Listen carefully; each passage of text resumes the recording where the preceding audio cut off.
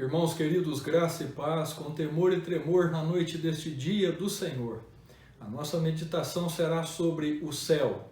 Primeira carta de Paulo aos Coríntios, capítulo 15, verso de número 19, Paulo diz assim: se a nossa esperança em Cristo se limita apenas a esta vida, somos os mais infelizes de todos os homens. Que Deus abençoe a sua palavra.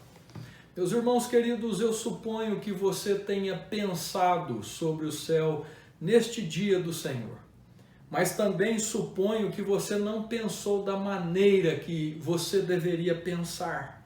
Céu não é o destino final da igreja, mas é o lugar temporário dos remidos, um lugar provisório até que Cristo volte. Eis que crio novos céus e nova terra. Este é o testemunho da Escritura, Isaías capítulo 65, verso de número 17, Apocalipse 21, verso 1, diz João, vi novo céu e nova terra. A segunda carta de Pedro, capítulo 3, verso de número 13, fala das moradas dos santos. Mas esse adjetivo, meus irmãos, nova terra, novos céus, não significa outra morada, outra terra, mas esta terra transformada para o deleite dos remidos de Deus.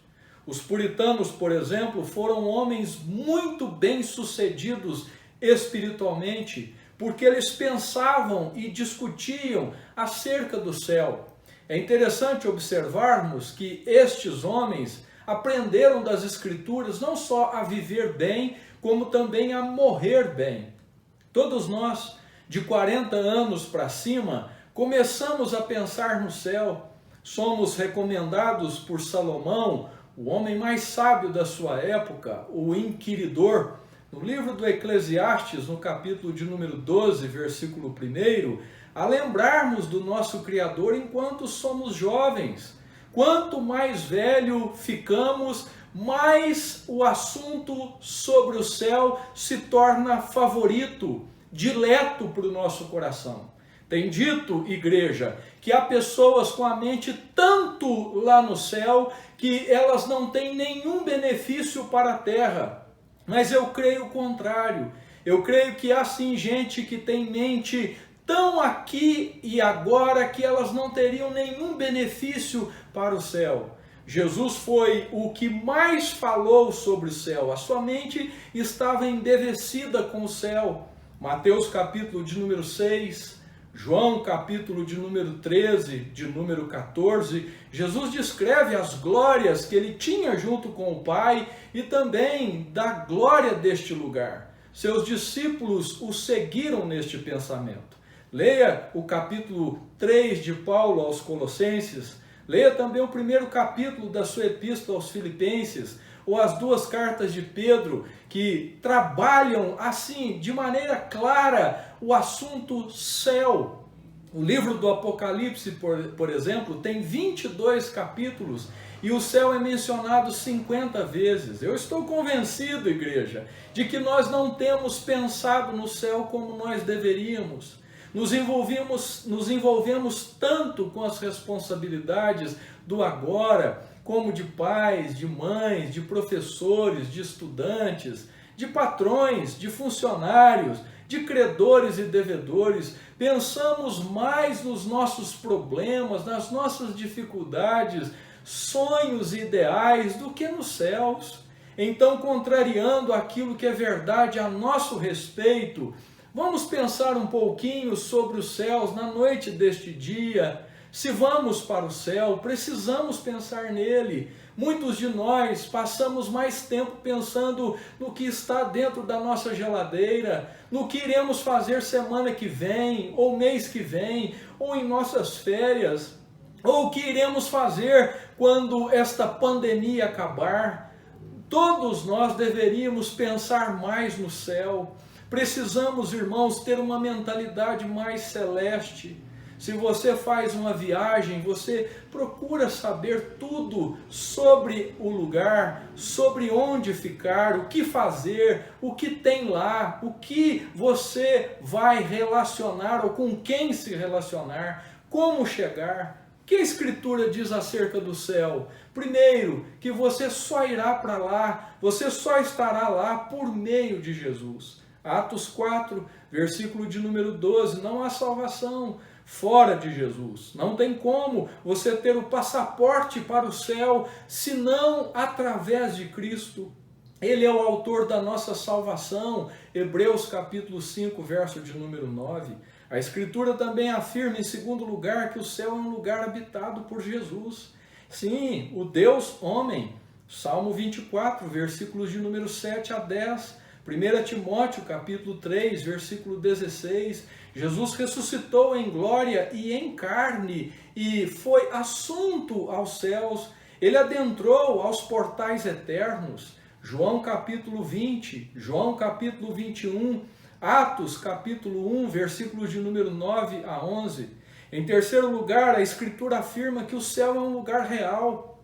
Isaías 66, versículo 1. O Evangelho de João, capítulo de número 14, não é um faz de conta. Céu não é uma utopia. Se a terra é real, o céu também é. É um lugar real e de fato. Seu fundador e morador é real. E mais, ele é físico, é Jesus.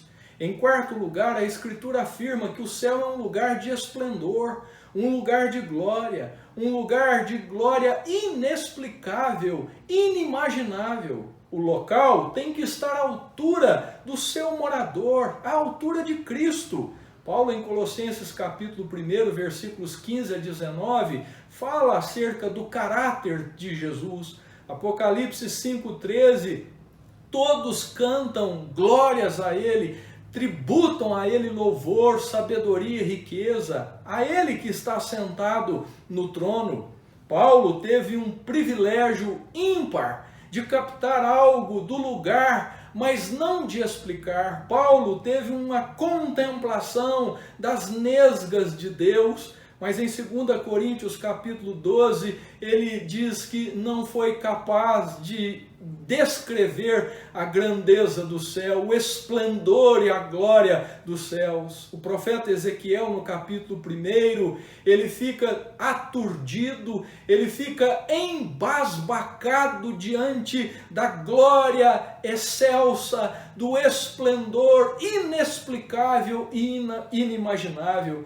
No capítulo 1 da sua profecia, Ezequiel, no verso 4, somente fala de uma coisa como. Ele fala assim vez após vezes porque é algo inexplicável. Ezequiel tem uma tremenda luta pessoal ao tentar descrever um pouquinho dos céus. O verso de número 13, ele fala de seres, ou seja, ele está tentando mais e mais descrever o céu, mas ele não consegue descrever o esplendor e a glória celeste. O verso 22 e 26, a melhor expressão de Ezequiel que ele acha é algo semelhante a. Versículos 27 e 28, ele termina o capítulo 1, falando de aparências, parece com algo. O que ele contempla é algo que não dá para descrever, algo que a engenharia não é capaz, com todos os recursos tecnológicos, a construir, que os sheiks de Dubai não conseguem erigir com suas fortunas. Ezequiel, meus irmãos, está descrevendo o trono de Deus, o resplendor da morada de Deus, o céu, o lindo céu. O finito, diz Ezequiel, não consegue entender e conter o infinito.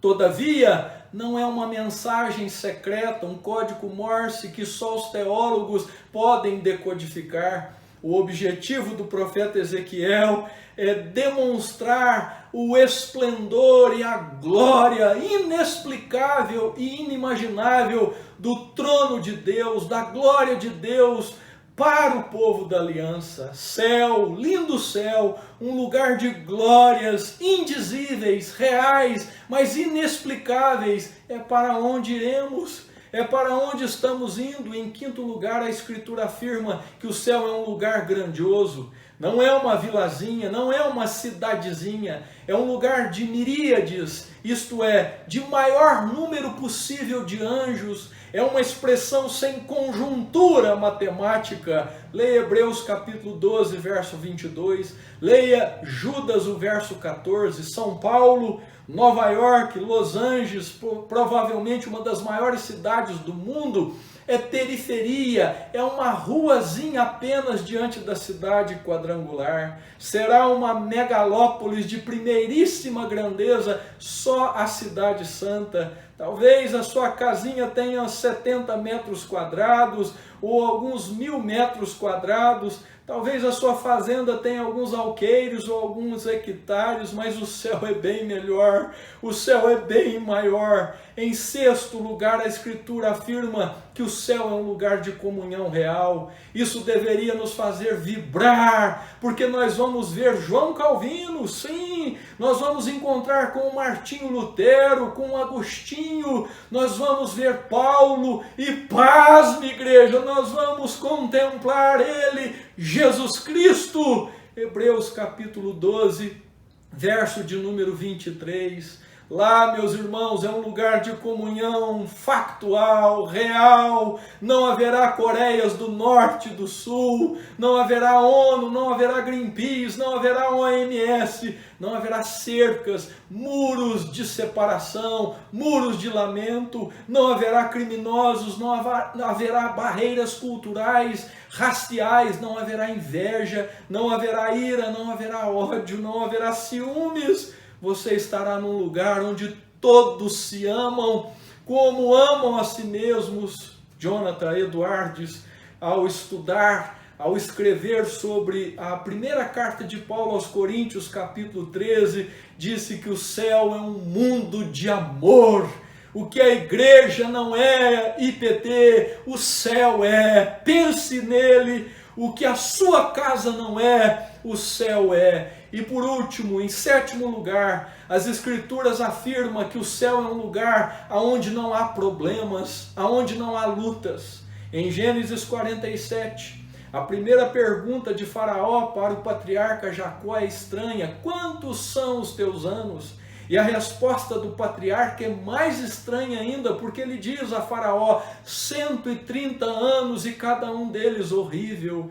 João 16:33, no mundo passais por aflições, mas tende bom ânimo, eu venci o mundo, eu estou no céu.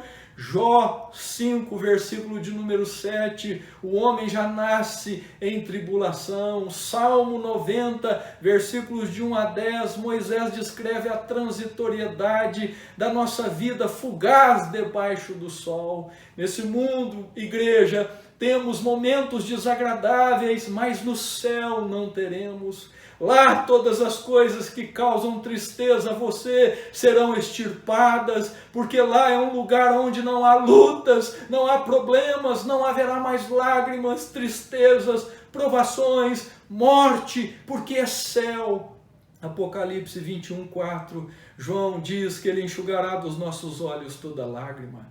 Mas, meus irmãos, há um testemunho eloquente de João acerca deste lugar onde não há lutas e problemas. Apocalipse 14, verso 13. João fala da nossa bem-aventurança em Cristo. No Senhor somos bem-aventurados de várias maneiras, mas João destaca uma delas, o descanso. O puritano Richard Baxter, em seu clássico Descanso Eterno dos Santos, aponta algumas coisas das quais descansaremos. E eu gostaria de destacá-las na noite deste dia para você. E que isso lhe encoraje, te deixe entusiasmado com o céu, com a graça futura. Vibre com isso, IPT. Vibre com o lindo céu lá. Nós descansaremos em primeiro lugar de todas as dúvidas e temores que temos. Lá nós descansaremos em segundo lugar dos desprazeres de Deus sobre nós, do peso do pecado sobre nós. Em terceiro lugar, lá nós descansaremos das tentações de Satanás, do mundo e da carne. Lá, em quarto lugar, nós descansaremos dos pensamentos cruéis e pejorativos. Em quinto lugar, lá nós descansaremos dos abusos e das perseguições injustas que sofremos. Aleluia! Em quinto lugar, nós descansaremos dos abusos e das injustiças. Lá descansaremos, em sexto lugar, do orgulho, da vaidade, da concupiscência da carne. Louvado seja o Senhor. Em sétimo lugar, lá nós descansaremos das contendas, das brigas, das picuinhas. Louvado seja o Senhor. Em oitavo lugar, lá nós descansaremos das injustiças e dos sofrimentos alheios. Bendito seja o Senhor. Lá nós descansaremos, em nono lugar, da incredulidade dos nossos amados, dos nossos filhos, do nosso cônjuge. Oh Deus, que céu lindo é este! Lá em décimo lugar, descansaremos da tristeza de ver alguém sofrendo. Em 11º lugar, lá descansaremos da dor, da solidão. Você tem aqueles dias que o clamor é: onde está, Senhor? Lá nunca mais teremos este clamor. Lá nós teremos acesso imediato a Jesus. Nós o veremos face a face. Jó capítulo 19, versículo 27. Vê-lo-ei, a minha carne o verá. Mateus 26, 29, Jesus despediu de nós dizendo: até aquele dia somos cidadãos dos céus, diz Efésios capítulo 2.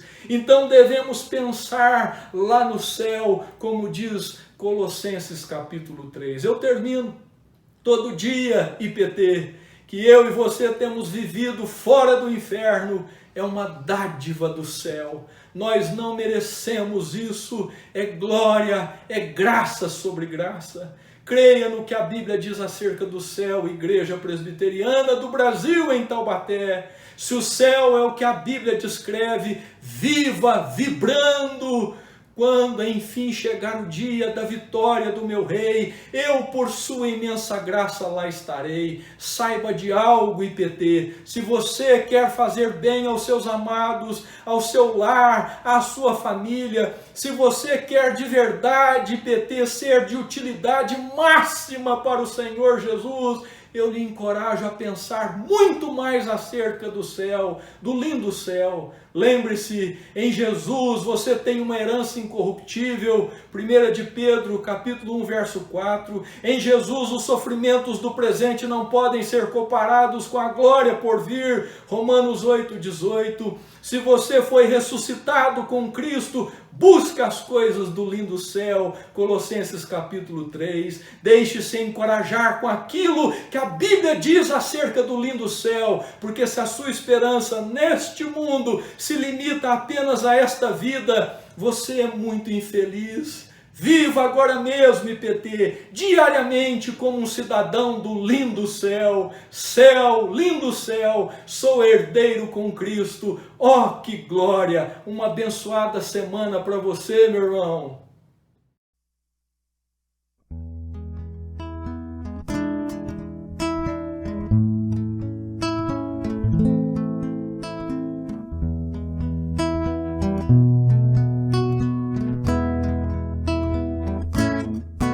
Esse mundo jamais pode me separar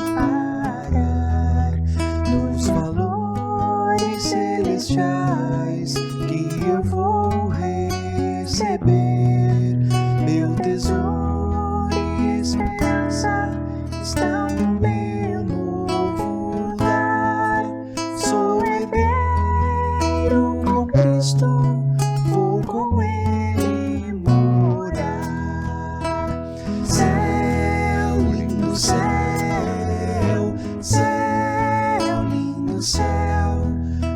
Mansões celestiais, todas feitas por Deus.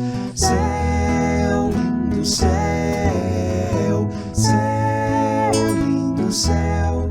Eu vou pro céu, lindo céu, com Cristo vou morar no lindo céu. Já estando além,